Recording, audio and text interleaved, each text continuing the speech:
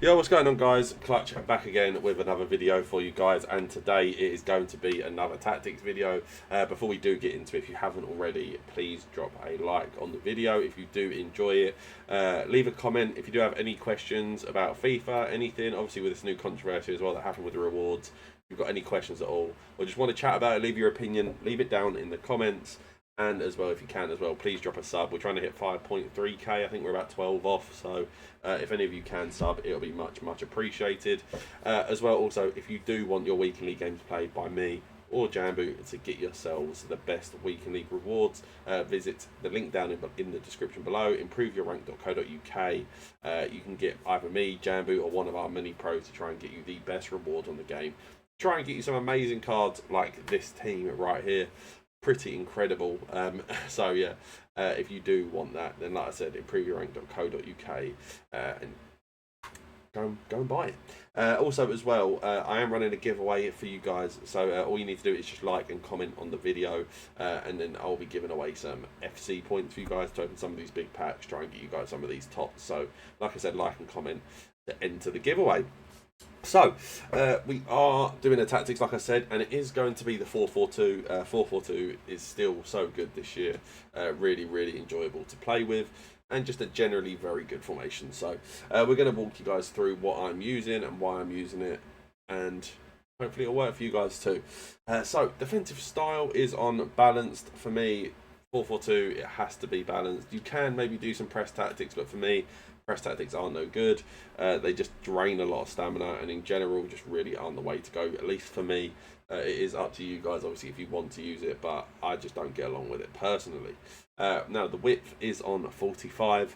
Again, this is just to make sure that those fullbacks do ever so slightly tuck in to make sure we don't concede any silly goals from through balls, but we do also want them wide enough to still be able to defend crosses and any kind of wide play for maybe cutback. So it is just trying to find that little bit of balance. And then we do have 45 depth as well. Again, we really try and not press too high up the pitch because we don't want to leave too much open space behind us. But we do also not want to drop too far back as well, because then we don't have any way of pressing the ball, and players can just keep the ball and just really make it hard for us to win games. So 45 depth has been a nice balance for me, and it's just where I found myself to be most comfortable. Build-up play, again, is unbalanced for me. I just don't really see any of these being worth it. Again, if you are trying to maybe utilise some midfielders with long ball plus on, long ball could be a very good one in terms of just really trying to abuse getting in behind. But for me personally, I do just like to use balance. But like I said, long ball could work if you have the right players and the right style of play. So definitely don't sleep on that if you were thinking of using it. Chance creation is direct passing. Again, I said this so many times, but if you don't know what direct passing is, I don't know why you're playing the game. Basically, what direct passing does is it makes your players make better in behind runs, and basically makes them impossible to defend when you're playing through balls. Especially if you've got some elite midfielders like I do in this team who can really pass the ball to a high level. You're just going to absolutely tear through people. So make sure you've got direct passing on. So you know as well, they make better runs dependent on their attacking positioning and their sprint speed and acceleration. So make sure you do have those quick players who have the good attacking positioning to really utilise direct passing to its fullest. Now the width is on 45 as well. For me, I like to have my wide players cut in a bit. I like them to be a little bit more narrow and try and get involved in the build-up play a bit more. I don't like them to hug the wings too much. I do like the width. I like being able to spread the pitch a bit more and create some more space for my midfielders and my two strikers. But also, I do want them narrow, so when they do get into the box and things like that, they're in better positions to score. I find a lot of the time they can just end up hugging the flanks if you don't have a little bit less width. So like I said, 45 for me has been a perfect balance. Players in the box is on 6. Again, for me, that's mainly because I do like to have one of my midfielders getting a little bit more involved. I want both my strikers deep in the box, and I want my wide players kind of pulling the strings, trying to create chances. And for me, 6 players in the box is the best way to do it. They also, as well, with the instructions that we'll get into, do make that your wingers do get in better positions as well, having 6. 5 is just a little bit too far back for me and just not enough players commit forward. I really do want to try and overload and basically overwhelm our opponents, so they kind of just feel like there isn't a way out. Corners are on 2. This is mainly just for a corner tactic I use, and free kicks are on 1. So yeah, nothing too crazy there. pretty self-explanatory. This is obviously how I do have the team laid out. Usman and Mbappe are incredible, so make sure you use them if you can, because they're amazing. So we do have both of our strikers on stay central, getting behind. Pretty self-explanatory. Like I said earlier, I do want my strikers in those central positions, making runs in behind. We really do just want to try and complement direct passing as much as we can, and try and make it as easy to score goals as possible. And having two pace demons like these with great finishing, 5-star skills, it just makes it so hard for your opponent to defend. Because when they aren't making those in behind runs, you can pick the ball up from deep and just run round players, move the ball quickly. It can be so hard to play against. So, like I said, as long as you've got two good, quick strikers who can move on the ball relatively well, you're going to have tons of fun with the 4-4-2.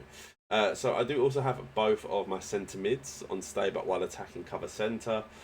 This is mainly because I don't like to commit them too far forward. I feel like the 4 attackers I've got are enough, and these 2 centre mids, just by having them on stay back cover centre, they'll sit just off of where my opponent's box is, and also it does mean as well that they're available to reset the play, move the ball around. For me, I love to have a midfielder that have ping pass plus in, so I can almost reset to one of my centre mids. They'll then drill a pass into one of my strikers. It can be pretty hard to defend. You can get a lot of glitchy kind of animations and movements as well, which does mean you just beat your opponent. So, yeah, stay back cover centre for me is absolutely key. Now, I do have on both of my wingers, come back on defence, cut inside, get in behind and get into the box across. So a lot of you guys will be looking at come back on defence and think, well, that's just too defensive. You won't be able to score goals or get forward. And I really can't tell you it's nothing but the opposite. They still absolutely bomb forward. It doesn't affect that in any way, shape or form.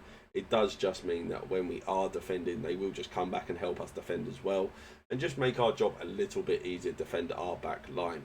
We do have both of them on cut inside as well. Like I previously explained, I do just like to have my wingers just coming in ever so slightly, just being that little bit more narrow, just to get in those better attacking positions. We obviously have both on getting behind as well, like I said, to try and abuse that direct passing as much as we can. And we do just want to create as many threats as possible to really overload and overwhelm our opponents. And then we do have, again, both into getting to the box for cross. This is mostly as well, like I said, to just try and get them in those better attacking positions to try and score us some goals. I do have both of the centre-backs and the keeper all on default instructions. And then I do have both of my full-backs on stay while attacking. Again, just to try and make sure we are as defensively strong as possible and make sure we don't concede any silly goals. So yeah, guys, hope you guys did enjoy. Like I said, if you do, drop a like, drop a comment, drop a sub as well if you enjoy the videos in general. And like I said, like and comment to enter the giveaway. And if you do want your games played, improveyourrank.co.uk to get me, Jamboo, or many other pros to play and get you those rank 1 rewards. Peace.